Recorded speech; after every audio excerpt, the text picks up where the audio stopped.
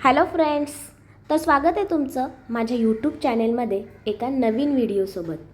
तर आज आपण 31 निमित्त करणार आहोत चिकन दम बिर्याणी. चला तर मग बघूया माझ्यासोबत माझी चिकन दम बिर्याणी कशी बनते ते. सगळ्यात पहिल्यांदा आपल्याला चिकन स्वच्छ पाण्याने 2-3 वेळा धुवून घ्यायचं आहे. चिकन स्वच्छ धुतल्यानंतर त्याला आपल्याला मॅरिनेट करायचं आहे. तर मॅरिनेट करण्यासाठी चिकनमध्ये आपण थोडीशी हळद, 1 चमचा धनेपूड, 1 चमचा जिरेपूड, चवीनुसार मीठ आणि त्याच्यामध्ये आपण लाल तिखट, बिर्याणी मसाला हे सर्व घालून त्याच्यानंतर त्याच्यामध्ये दही घालून आपण व्यवस्थित असं हे मिक्स करून घ्यायचं आहे.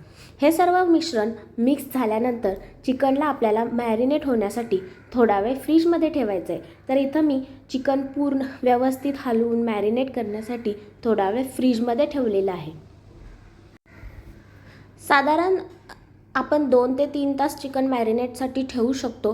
तुम्ही एखादा तास जरी ठेवलं तरी काही प्रॉब्लेम नाही. चिकन छान असं मॅरिनेट होऊन जातं. चिकनची बिर्याणी बनवण्यासाठी आपल्याला साधारणतः अर्धा किलो चिकनसाठी अर्धा किलो राईस घ्यायचा आहे. राईस हा बिर्याणी राईस असेल तर चिकन दम बिर्याणी खूप छान बनते. त्याच्यानंतर आपल्याला हा राईस अर्धा म्हणजे 80% शिजवून घ्यायचं आहे. त्यासाठी मी पाणी उकळायला ठेवलेलं आहे आणि त्याच्यामध्ये आपले खडे मसाले घातलेले आहेत. खडे मसाले घातल्यानंतर त्यामध्ये थोडंसं तेल टाकायचं, जेणेकरून आपला भात मोकळा आणि सुटसुटीत होईल. हे मिश्रण मी एका बाजूला करून घेतलेलं आहे आणि त्याच्यानंतर आपल्या चिकन बिर्याणीची तयारी करते. चिकन बिर्याणीसाठी मी 4 मोठ्या आकाराचे कांदे, 2 टोमॅटो आणि 3-4 मिरच्या हे सर्व मिश्रण कापून घेतलेलं आहे.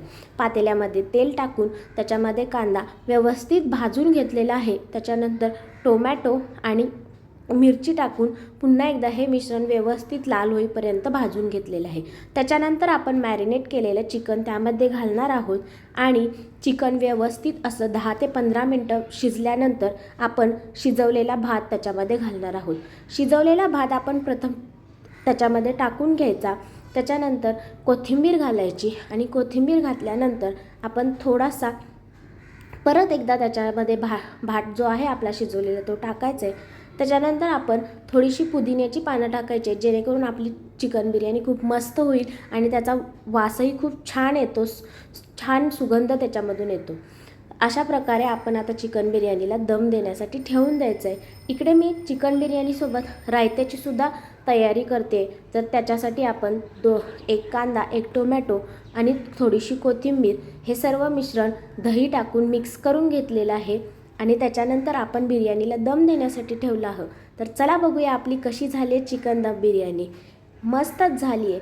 तुम्ही पण करून बघा. थँक्यू.